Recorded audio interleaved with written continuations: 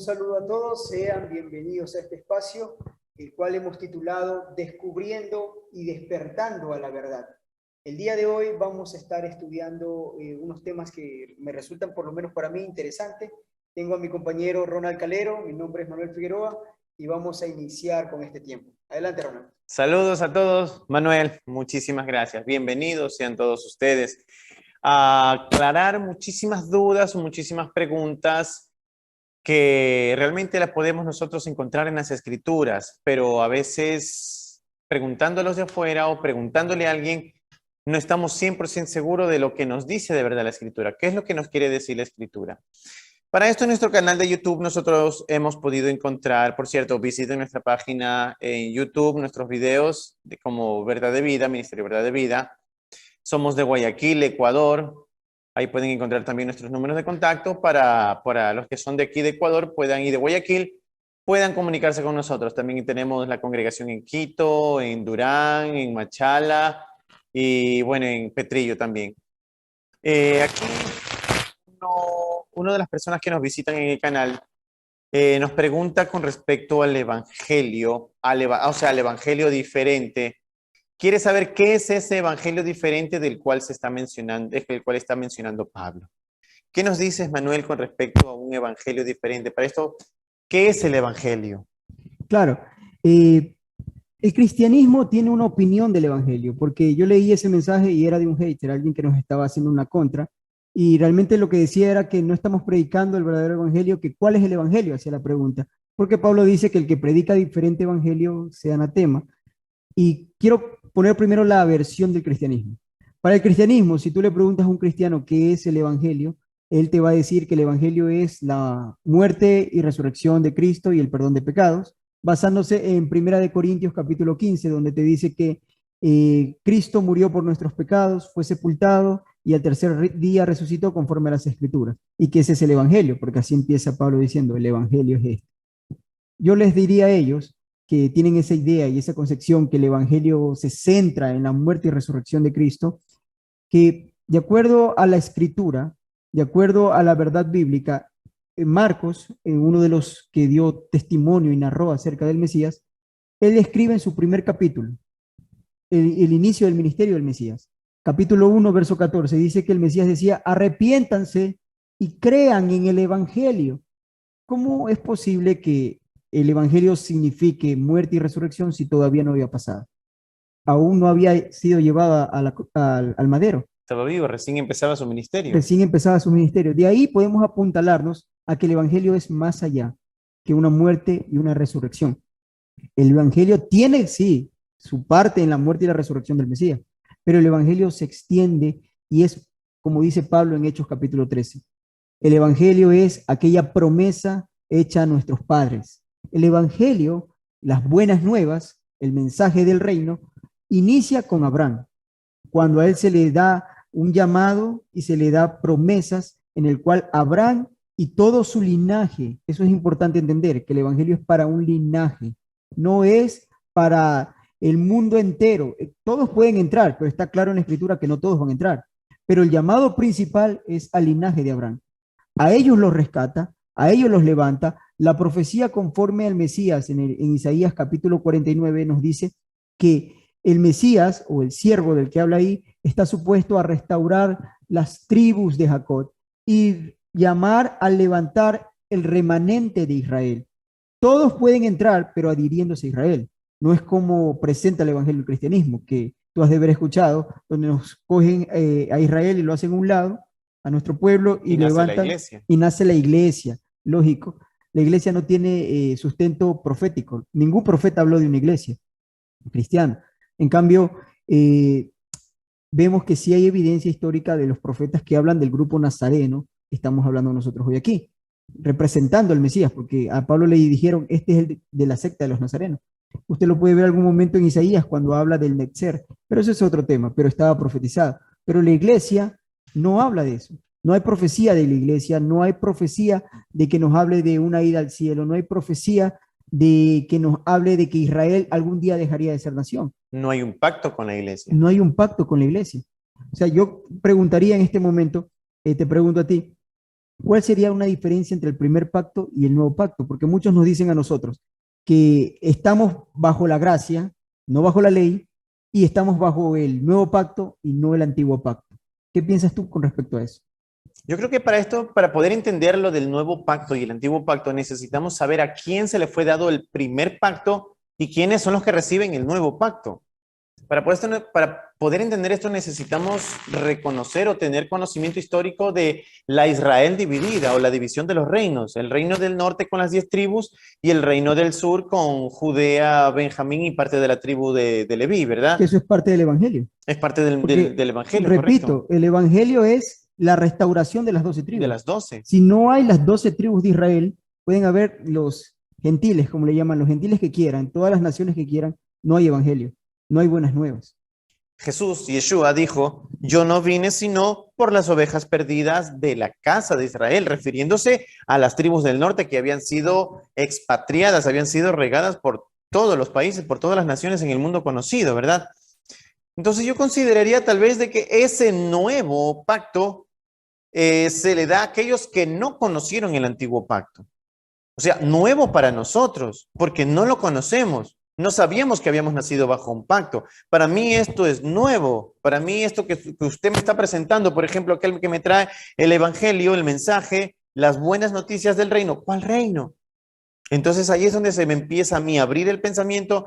Este es el primer pacto que se les dio a mis padres y que para mí es un nuevo pacto, Claro. en el cual yo tengo que ser incluido, no como iglesia, sino como descendiente de una de esas 10 tribus que fueron regadas por todo el mundo.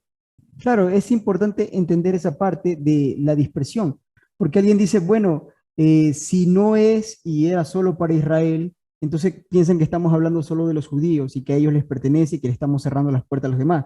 Lo que no conocen, aquellos que ejercen el oficio a veces de pastores evangélicos, de pastores católicos, es lo que tú estás mencionando.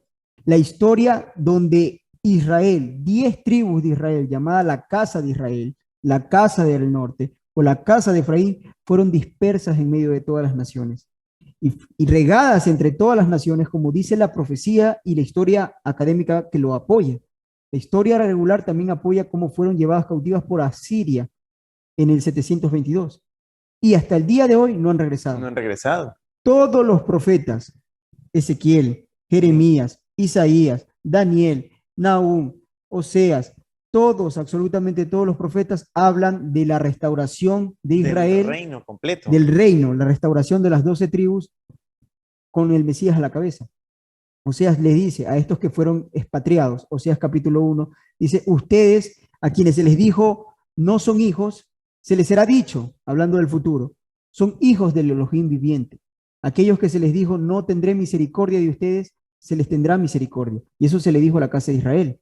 Pedro, cuando cita esas palabras, está citando a Oseas que se le dijo a la casa de Israel.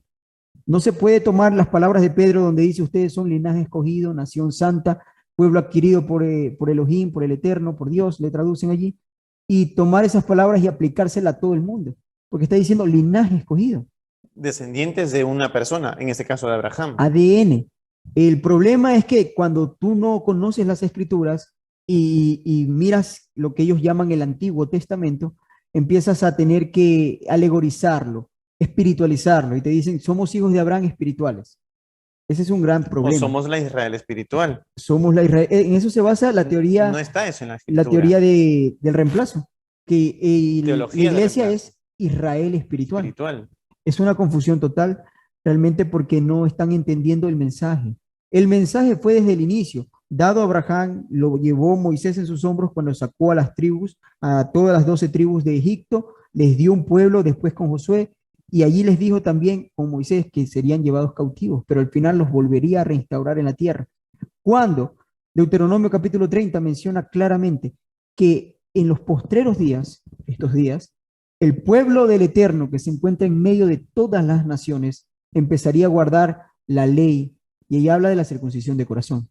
Dice, el Eterno circuncidará vuestros corazones y guardaría la ley en medio de esas naciones. Ese es el momento profético. Pablo lo menciona en una de las cartas, porque estoy seguro que es Pablo el que escribe la carta a los hebreos. ¿No? Algo que dijo el profeta Jeremías en su libro, en el capítulo 31, de que la ley será escrita en los corazones y será puesta en la mente, y dice el Eterno, y no me acordaré más de sus pecados. Entonces, si se supone que tal vez ya no estamos bajo la ley, o ya no hay que guardar los preceptos de la ley, ¿por qué entonces Pablo está citando esta parte de Jeremías de que el Eterno dice que pondrá la ley en nuestros corazones, la escribirá en nuestros pensamientos y no se acordará más de nuestros pecados? ¿Por qué? En el libro de Juan, una de las cartas de Juan, Juan relata o describe qué es el pecado. Porque es que el Eterno no se acordará más de nuestros pecados, y es que vemos en la carta de Juan que dice que el pecado es la transgresión de la ley, ¿verdad? Y no había otra ley en ese momento. Hay que tener en cuenta. Alguien puede decir, es que no sabemos a qué ley se refería. No, estaba la ley de Moisés. En la época que Juan escribió eso, no había otra ley sino la ley de Moisés. Por lo tanto, todo aquel que comete pecado infringe también la ley. Una. La ley, una sola. Porque hay partes en el que Claro. hay un predicador, ¿cómo se llama? Cuéntanos esa parte de un predicador. Que escuchamos la otra cristiano. vez de Armando Alducin, que realmente fue risible lo que él decía.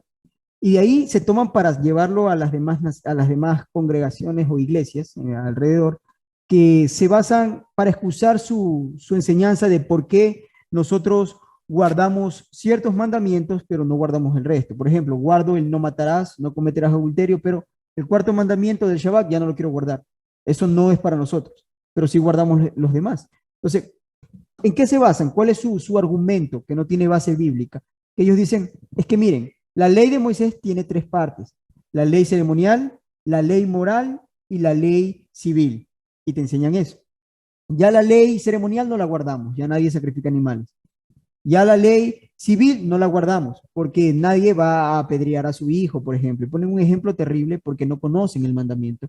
Y luego dicen, y solo guardamos la ley moral, cuando el Eterno jamás habló de esto. Jamás mencionó algo como que la ley del Eterno se divide en tres o se divide en secciones. Por eso se llama la ley. Una La sola. ley. Tras cámaras hablábamos acerca de lo risible que era esa idea, y lo comparabas tú como en una nación que quiera guardar ciertas leyes y otras no. O sea, yo vivo en mi país, que somos Ecuador, y yo veo si guardo o respeto solamente las leyes de tránsito, pero no quiero pagar el IVA, que son las leyes con respecto a los tributos de nuestra nación. Entonces yo voy, o viene el fisco y me dice, usted no ha contribuido con el sistema de pago del IVA, con el SRI. Es que yo no quiero guardar esas leyes, ya no son para mí. Entonces diría yo, solamente guardo las leyes de tránsito. ¿Qué me diría el fisco a mí? Condenado porque has violado una ley. O sea, es realmente lo mismo. Cuando en Santiago dice que aquel que infringe un mandamiento se hace culpable de toda la ley, porque no son las leyes del Eterno, es la ley, una sola, no se puede dividir, no puedes partirla.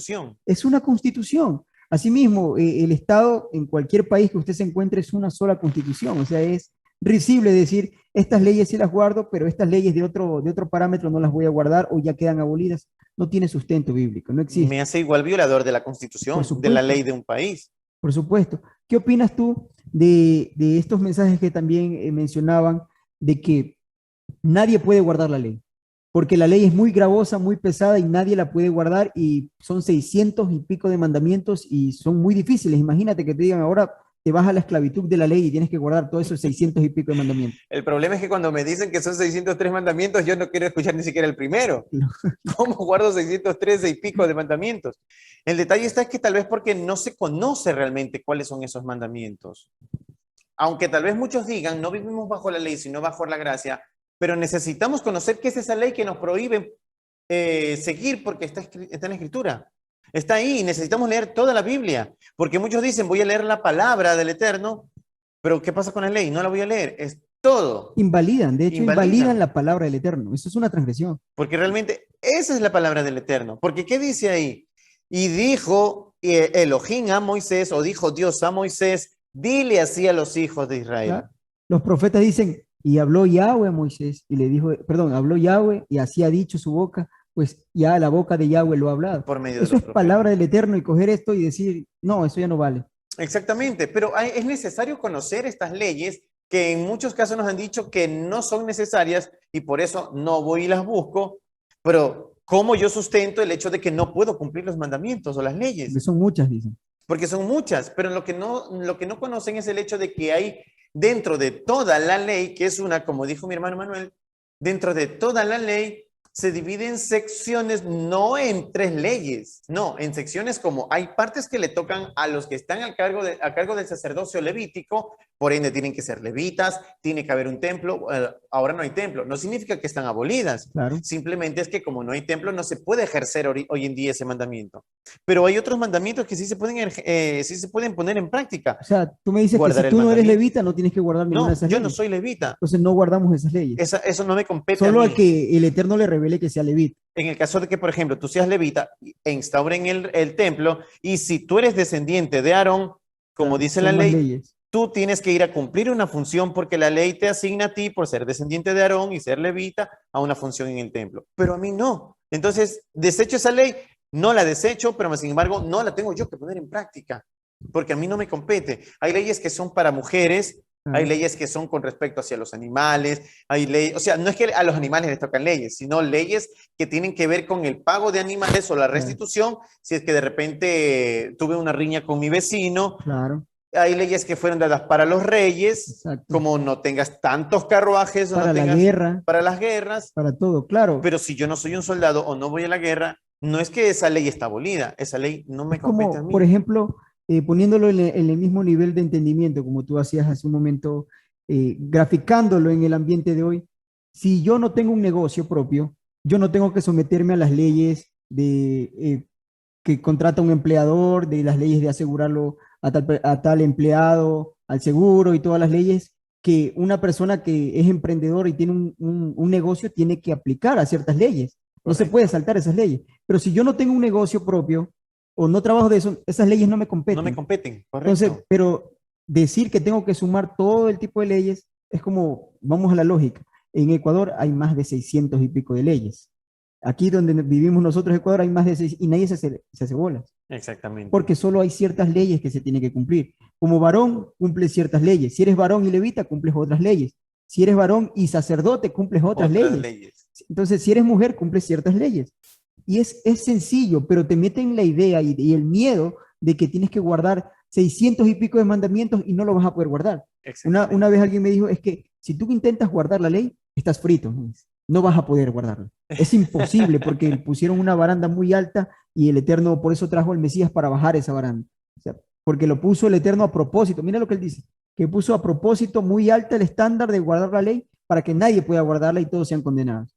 Yo pregunto, entonces, ¿por qué mandó a todos sus profetas a decirle a la gente que guarde la ley incansablemente y nos mataron por eso? Porque cuando el profeta dice arrepiéntanse, vuélvanse de sus pecados, los está llamando a guardar la ley. Lógico. Porque el pueblo se había perdido en las prácticas de las naciones vecinas y había dejado de guardar la ley. Si no hay ley, no hay pecado. Si no hay ley, no hay ¿De qué pecado? los reprendían? No, no tiene sentido. O sea, yo me puedo excusar y decirle, pero ¿cómo me pides que guarde algo que es imposible guardar? Y no tiene sentido decir que él pone leyes que son muy difíciles. Yo les preguntaría a alguien, puede ponerlo en los comentarios, dígame una ley que sea muy difícil de guardar. Ahora, me gustaría que expliques porque alguien no va a tardar en decir, ¿qué hay de esas leyes? Entonces, si tú quieres vivir bajo la ley, tienes que apedrear a tu hijo cuando se porta malcriado. A ver, para poder entender y comprender esa ley necesitamos saber qué es lo que nos dice la misma escritura.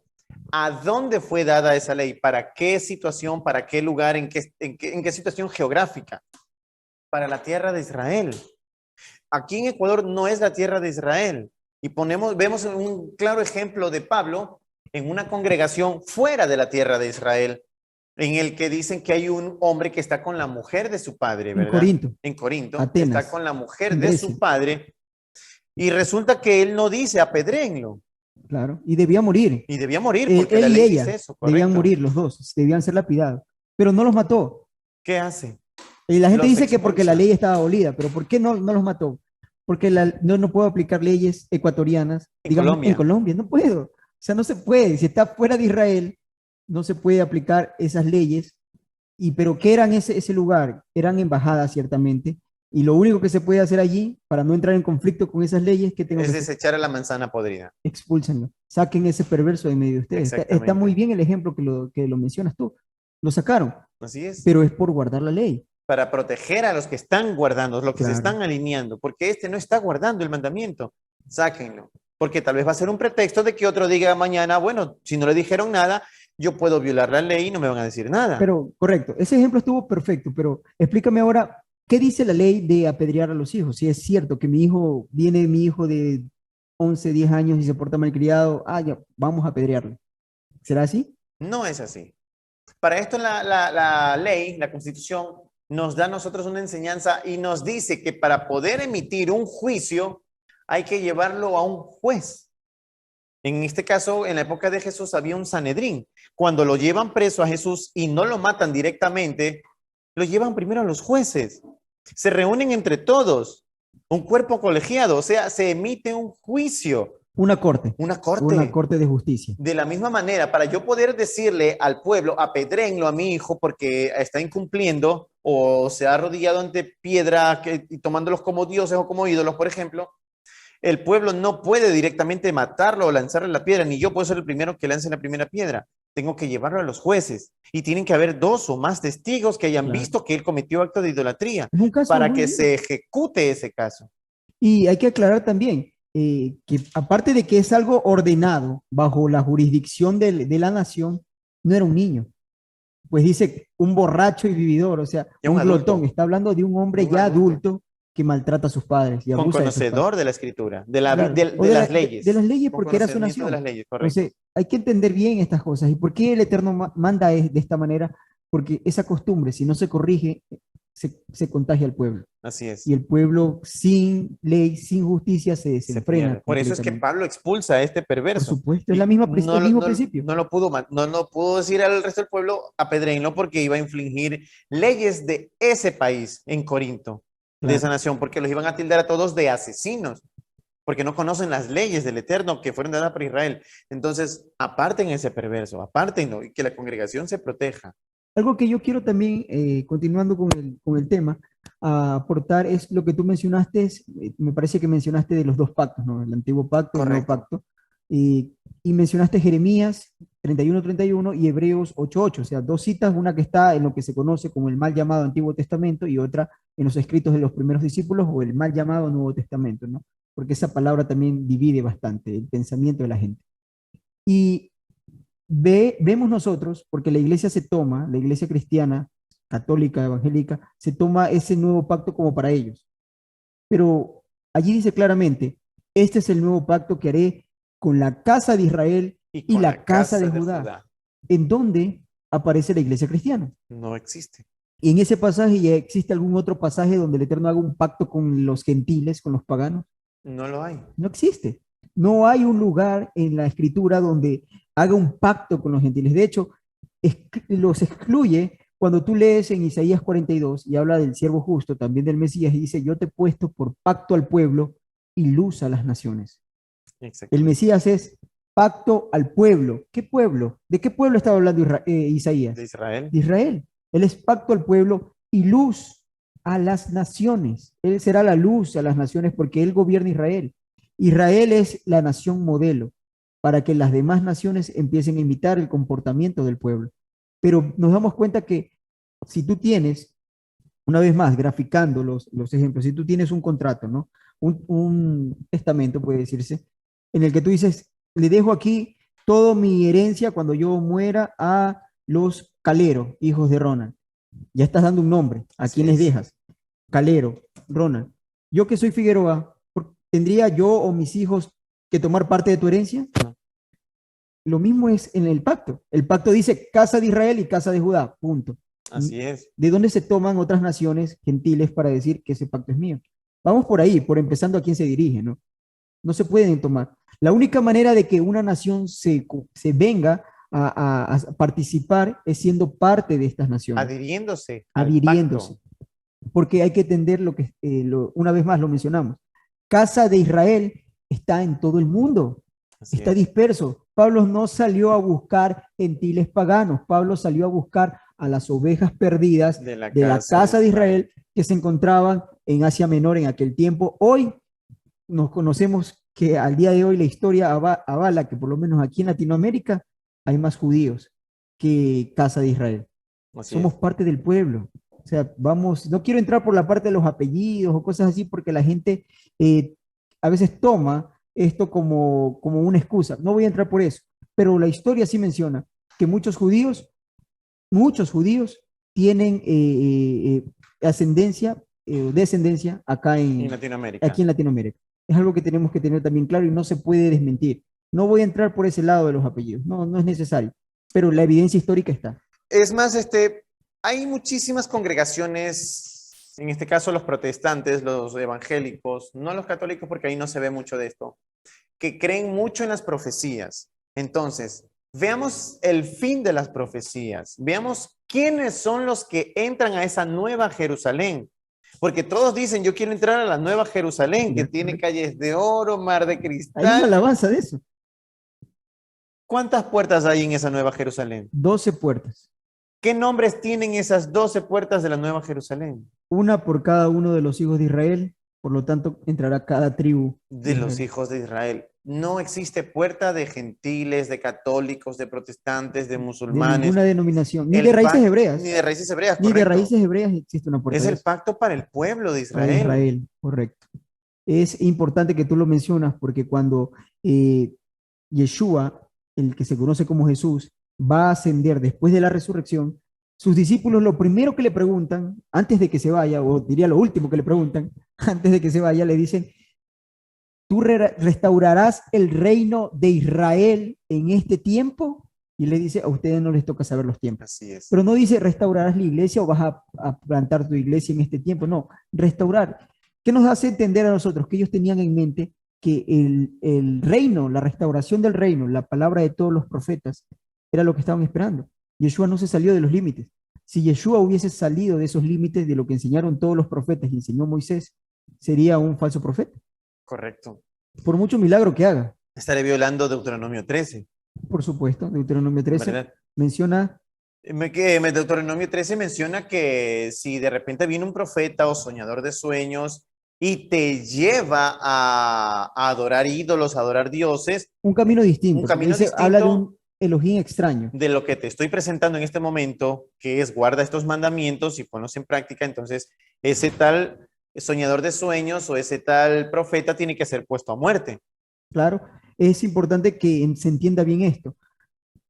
Hago un paréntesis en lo que tú estás diciendo, porque un Elohim, Dios, como se entiende en el cristianismo, que le da a su pueblo el Shabbat, y les dice, esta será la señal entre yo y mi pueblo, entre ustedes, y de repente ese Elohim cambia y te dice, vamos a guardar el domingo, que no lo dice en ningún lado, pero si tenemos esa idea, estamos viendo un Elohim extraño, diferente, Distinto. es distinto, Correcto. porque él dice claramente en más de una escritura, voy a citar solo Malaquías capítulo 3, versículo 1, dice, yo soy Yahweh, no cambio. Así Él no es. cambia. Su palabra es eterna por algo. Él no puede cambiar, no puede hoy decir, esto va a ser así y mañana, ¿saben qué? Ya lo cambié. No tiene sentido. No es hombre para que mienta, Ni hijo de hombre para que se arrepienta que se arrepienta o que mienta de qué. de sus palabras, De su porque pacto, cuando de su el palabra. contexto de eso es de lo que él ha prometido, Su de lo pacto, que él ha dicho las que va a hacer. promesas, exactamente. O sea, eso es importante porque vemos que el Mesías no pudo irse en contra de lo que dijeron los profetas. Así es. No puede irse en contra. De hecho, mencionamos hace tiempo que el profeta dice que no hará nada Yahweh sin antes anunciarlo a sus siervos los profetas. Así El es. cristianismo como tal no existe En ninguno de profecías. los profetas. Ningún profeta anuncia que en un momento se acabaría la nación de Israel y entrarían todas las naciones, ninguno. ¿Por qué muchas personas, hay que ser sincero, por qué muchas personas no entienden la Biblia? Y se deleitan más en los evangelios o en los salmos o en proverbios, pero van a un profeta y no lo entienden. Van a veces a Moisés y no lo entienden, porque todo lo que ellos hablan es la restauración de Israel y no les cuadra con la enseñanza. Con la iglesia. No les cuadra, no cuadra con la iglesia. Pero aquí no hablan de nosotros, dicen. Exacto, tienen Entonces, que alegorizar, no lo leo. tienen que espiritualizar, como lo que hablábamos de, somos descendientes de Abraham espirituales o Israel espiritual, que no es sustentable en la Biblia. Así es, no existe ahí No como tal. existe, no existe. Y eso es importante que lo tengamos en cuenta. El segundo punto, y con este vamos a cerrar, que quería tratar respecto al nuevo pacto, es que dice, este es el nuevo pacto que haré con la casa de Israel en aquellos días. Pondré mi ley en su corazón y en su mente las escribiré. Así es. Ese es el nuevo pacto. El nuevo pacto no es sacar a Moisés, es ponerlo en el corazón. Por lo tanto, que alguien te diga, estamos en el nuevo pacto y tú quieres vivir bajo el antiguo pacto, no, de ninguna manera.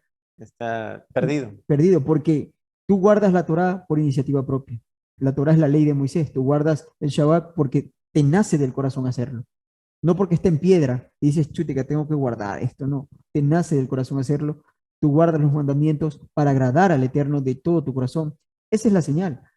Esa es la señal de un corazón circuncidado. Y podemos ver hoy en día que hay miles, así, miles de personas que están llegando al camino de la restauración. Es profético. Es profético, exactamente. No es coincidencia. Entonces, atemos cabos o unamos estas dos preguntas que nos hicieron con respecto a cuál es el evangelio y con respecto a si es que se puede guardar la ley o no.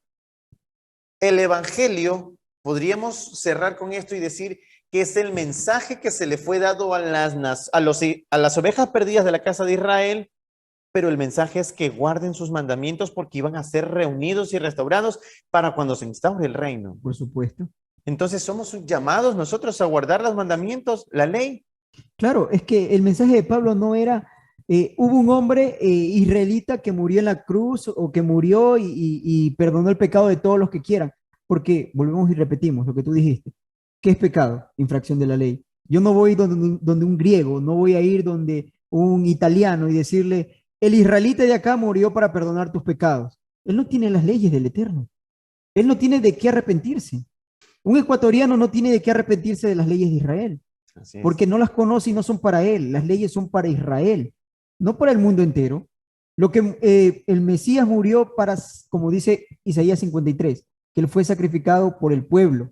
Pues dice que el Eterno quiso quebrantarlo y pagó por el pueblo, dice claramente, por mi pueblo fue herido. ¿Cuál es el pueblo del profeta que escribe eso? Israel. Israel. No hay otro. Él pagó por el pecado del pueblo.